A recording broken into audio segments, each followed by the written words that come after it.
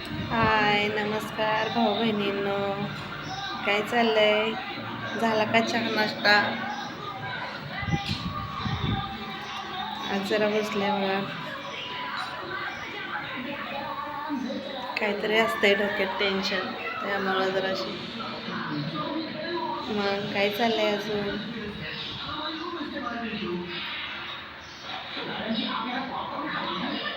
मला एक सांगा भाऊ बहिणींनो, मी व्हिडिओ टाकते काही चुकीचं टाकते का?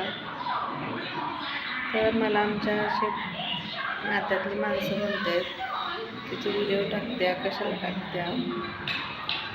चांगलं म्हणजे लोक नावं ठेवतात. लोक नावं ठेवायसाठी करायचं असते का? सांगा की त्यांना ठेवू दे ना. रोज काही ना काहीतरी एक एक आहे बघा भाऊ बहिणी. अशा ह्याच्यातनं निघले की दुसरं अजून काहीतरी झालेलं आहे. मग काय चाललंय? मला म्हणतात कोण बघतंय, कोण लाईक करतंय, तुझं एकच सबस्क्रायबर आहे आत्ताशी, 15 दिवस झालं तो व्हिडिओ काढते. माणसं 2-2, 3-3 वर्ष झालं तरी माणसांचं व्हिडिओ व सबस्क्रायबर वाढत म्हणजे यश येत नाही. आणि मी तर आत्ता 15 दिवस चालू केलं आहे.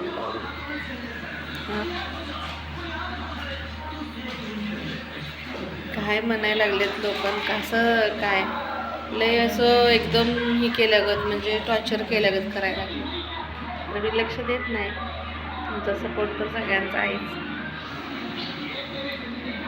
काय चाललंय मग?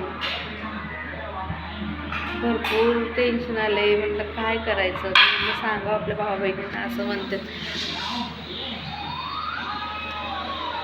कारण तू सगळं सांगत्या. अगो सगळं सांगत्या म्हणजे भाऊ बहिणींना हे सगळं घडलेलं आहे म्हणून मी सांगते.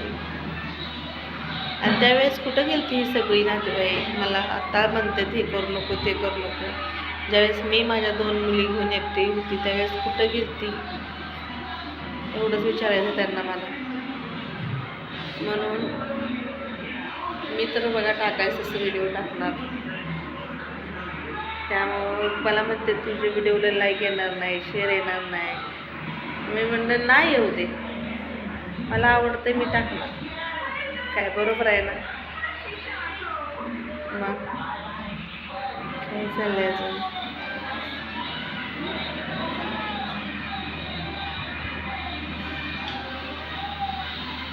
मुलीमध्ये त्या मम्मी काय आहे जसं नुसतं बोलायचं, आता त्या शिकवून सांगते त्या मला. आता मी आहे आपली साधी, मी अशीच बोलते. बाय.